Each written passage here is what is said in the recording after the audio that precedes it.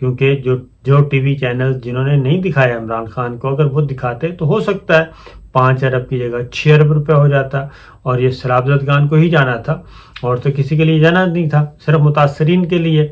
لیکن انہوں نے کہا کہ جی ہم نے نہیں دکھانا، کیونکہ گن پوائنٹ پہ کہا گیا تھا کہ نہیں دکھانا، لہٰذا انہوں نے نہیں دکھایا۔ یہ بیک ڈور چینل پہ یہ ساری باتیں ہو رہی تھیں۔ اس کے بعد یہ کامیاب نہیں ہوا جی، عمران خان صاحب کو پوری دنیا نے دیکھا سنا، اور ARY نے بھی دکھایا، بول نے بھی دکھایا،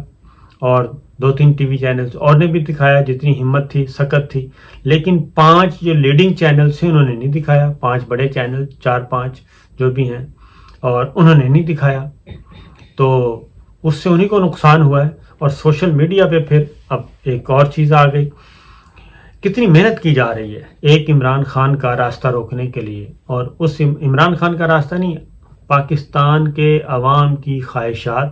پاکستان کے عوام کی مرضی کو کچلنے کے لیے کیا کیا جتن کیے جا رہے ہیں۔ ٹیلی فون ٹیپ کیے جاتے ہیں،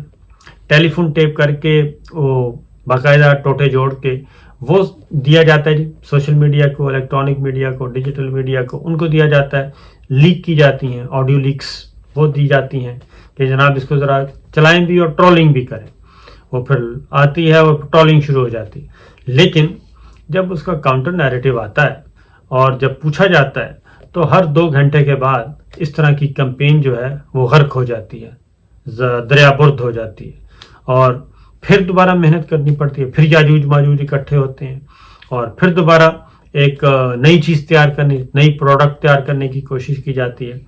آخری جو تھی وہ شوکت ترین صاحب کی اور تیمور جھگڑا صاحب کی تھی، سابق وزیر خزانہ اور موجودہ صوبائی وزیر خزانہ۔ اب اتنی محنت کی جا رہی ہے، کیا ہم پاکستان کے یہ مسائل ہیں کہ جناب آپ نے صرف ایک پارٹی کو ٹارگٹ کرنا ہے، اور ایک پارٹی کو کچلنے کے لیے آپ دن رات ایک کیے ہوئے ہیں، اور وہ پارٹی جو کہ افواج پاکستان کو زندہ باد کہتی ہے، جو مضبوط فوج کی حامی ہے، جو افواج پاکستان کے ساتھ ڈٹ کر کھڑی رہی اور جو پاکستان کے ساتھ کھڑی رہی، اس پارٹی کو تہس نہس کیا جا رہا ہے۔ اور کن کی وجہ سے کیا جا رہا ہے؟ ان کی وجہ سے جو آپ لوگوں کو گالیاں دیتے رہے، جو افواج پاکستان کو گالیاں دیتے رہے، جو ان کی لیڈرشپ کو گالیاں دیتے رہے، ان کے لیے۔ تو یہ بیک ڈور چینل پہ پس پردہ یہ کل سارا دن موسیقی چلتی رہی کہ عمران خان کو نہیں دکھانا اور ان کی ٹرانسمیشن کو نہیں دکھانا، اور یہ کچھ ہوتا رہا۔ لیکن بہرحال پاکستان کے عوام نے بھرپور حصہ لیا جی، اور پاکستانیوں نے بھرپور اعتماد کا اظہار کیا اور 5 ارب روپے جمع کر دیے۔ اب یہ اصل میں کیا چیز ہے؟ یہ ہے عوام کا اعتماد، اور لوگ اعتبار کرتے ہیں، اس لیے اعتبار کرتے ہیں کہ عمران خان صاحب کرپٹ نہیں ہیں، اس لیے اعتبار کرتے ہیں کہ 3.5 سال ان کی حکومت بھی رہی، لیکن ابھی تک ایک پیسے کا بھی خرد برد نظر نہیں آئی، نہ ان پہ نہ ان کی کابینہ پہ، ورنہ تو اب تک شور مچ چکا ہوتا۔ دوسری جانب کیا ہے؟ دوسری جانب مائنس عمران خان ایک بہت بڑی محفل سجائی گئی، اور محفل سجا کے کہا گیا کہ پاکستان کو بھنور سے نکالنا ہے اور ایک لانگ ٹرم پلاننگ کرنی ہے، یعنی جس لیڈر کے ساتھ یا جس پارٹی کے ساتھ 70% عوام جس کے ساتھ ہیں، ان کو آؤٹ کر کے 30% کی نمائندگی جو ہے وہ یہ کہہ رہے ہیں کہ پاکستان کو دلدل سے نکالنے کے لیے ایک بڑا ایجنڈا تیار کرنا ہے، بڑا قومی منشور تیار کرنا ہے۔ تو کیا ایسا ممکن ہے کہ جس کی فالوئنگ جس بندے کی اور جس پارٹی کی، اس کو تو آپ کر دیں مائنس، اور باقی جتنے بھی ہیں آدھے ضمانت پر رہا ہیں، آدھے ٹرائل پہ ہیں، آدھے مفرور ہیں، آدھے مطلوب ہیں اور سزا یافتہ ہیں، ان کے ذریعے آپ یہ کہیں کہ جناب پاکستان کو دلدل سے نکالنا ہے، یہ نہیں چلے گا، ایسا بالکل بھی نہیں ہوگا، کیونکہ یہ قانون قدرت کے خلاف ہے کہ آپ اس طریقے سے، اور پھر اس عصر حاضر میں جب اتنے زیادہ کمیونیکیشنز کے سورسز آ چکے ہوں اور اس میں کوئی چیز ڈھکی چھپی نہیں رہتی، تو جتنی بھی محنتیں کی جا رہی ہیں باقاعدہ سیل قائم ہے جی، اور سوشل میڈیا کو نیریٹو بنانے کے لیے، تو نیریٹو بن نہیں رہا، جو بھی بیانیہ بنانے کی کوشش کرتے ہیں ان پہ حاوی ہو جاتا ہے پاکستان کا بیانیہ، اور پاکستانی کیا کر رہے ہیں؟ وہ خود بنا رہے ہیں. وہ پیسوں سے بیانیہ نہیں بنتا ہوتا، یہ بات ذہن میں رکھیں. پیسے دے کے پے رول پہ بندے رکھ کے پے رول کے ذریعے چلا کے کبھی بھی بیانیہ نہیں بنتا، اور نہ ہی وہ بیانیہ نیریٹو کامیاب ہوتا ہے. اس لیے اس کے لیے بے لوس لوگ چاہیے ہوتے ہیں جن کے دل اور دماغ جو ہیں وہ پاکستان کے لیے دھڑکتے ہوں، تو وہ نیریٹو چلتا ہے. ہم نے آپ کو بتایا بھی تھا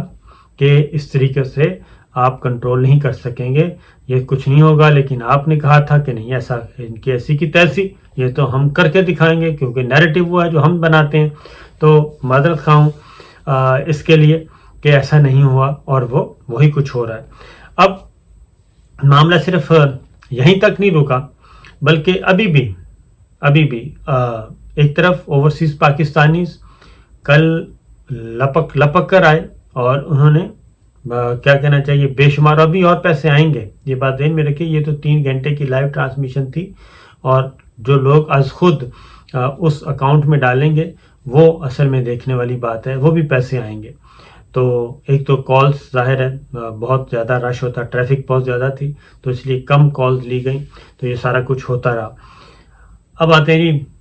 اوورسیز پاکستانی، یہ فارن فنڈنگ آپ کہہ سکتے ہیں. اوورسیز پاکستانیز نے کل 5 ارب روپے، اس میں میجورٹی جو ہے میکسیمم پورشن میں اوورسیز پاکستانیوں کا ہے،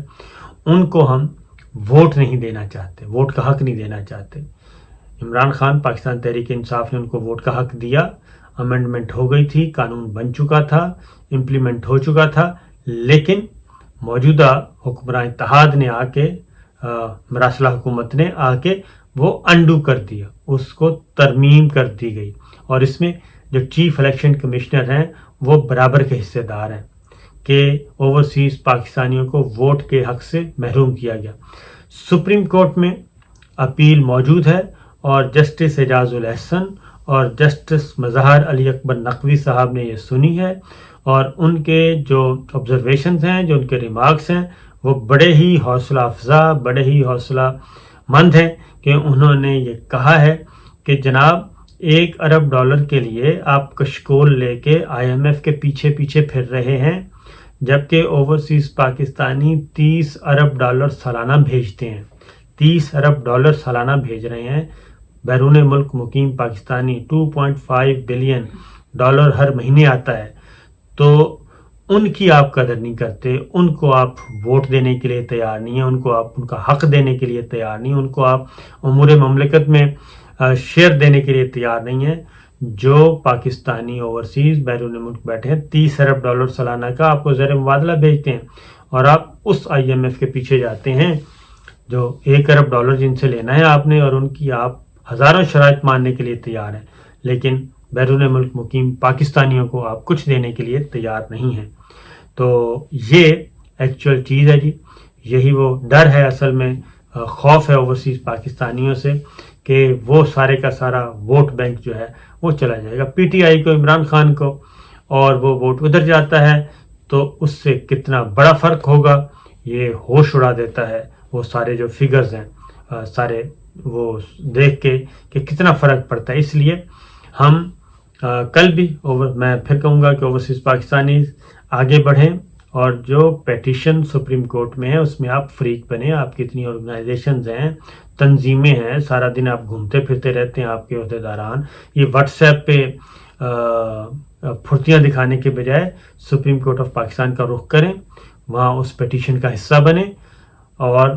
شیخ رشید صاحب کی پیٹیشن ہے اس کا حصہ بنیں، اور وہاں جا کے آپ اپنی نمائندگی کریں اور اپنا حق واپس لیں جو عمران خان صاحب نے کو دیا تھا اور وہ واپس چھین لیا ہے. وہ حق واپس جا کے لیں